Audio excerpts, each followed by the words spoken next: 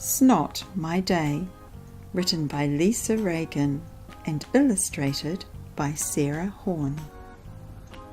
Robbie is a grubby boy with dirt upon his knees. He doesn't clean his teeth or use a hanky for a sneeze.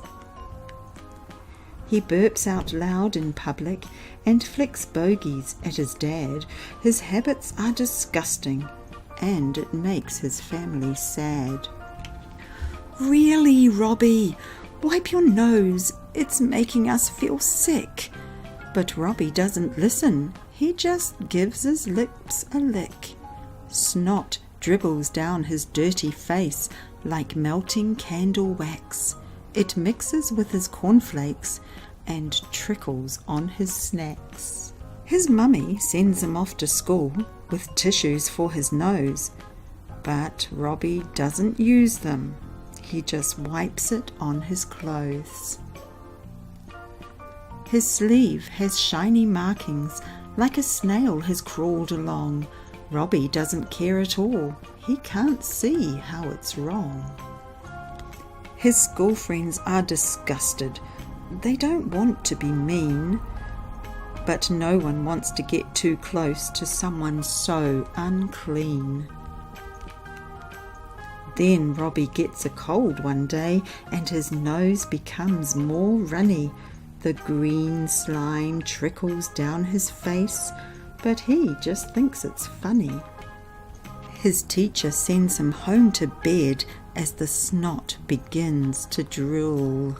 Mummy tucks his sheets in. The mucus forms a pool.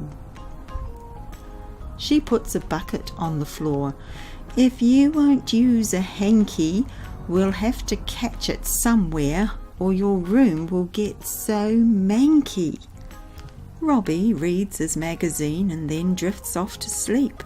But his nose just keeps on running and the snot begins to creep. Along the floor and out the door, it trickles down the stairs into the lounge and kitchen where it picks up all the chairs. It oozes through the cat flap and down the road it goes, sweeping up small creatures as on and on it flows. The snot wave surges through the park, startling all the ducks. It steadily grows higher as it covers passing trucks.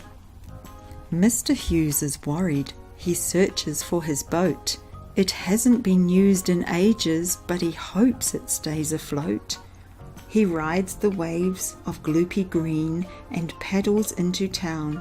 He wants to stage a rescue so that nobody will drown.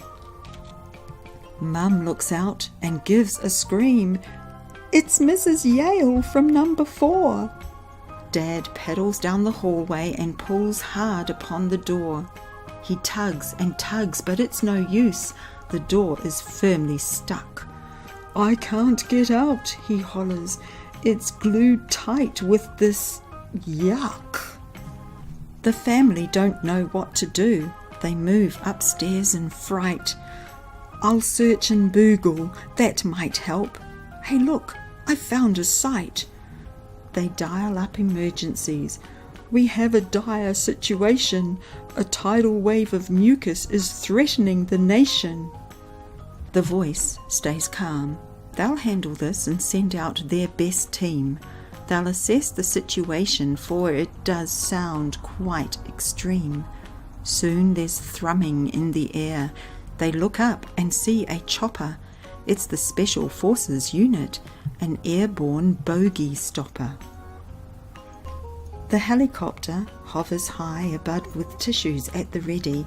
They'll drop them onto Robbie's house as the pilot holds her steady.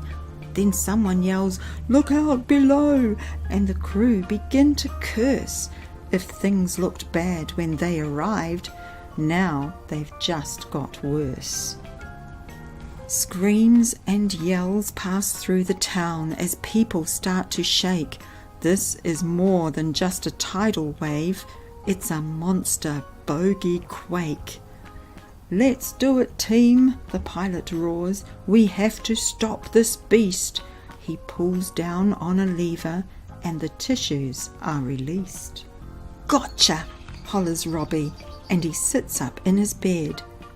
Mummy wipes his sweaty face and puts a cold cloth on his head.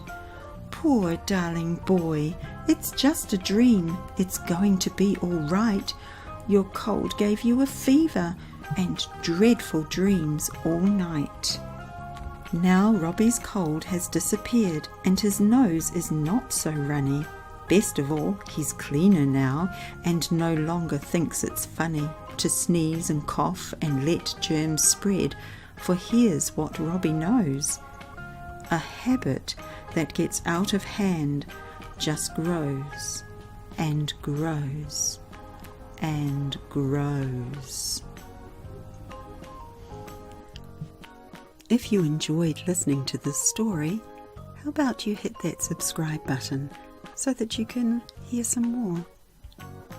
And maybe leave a like and a comment. I will see you next time. Bye for now.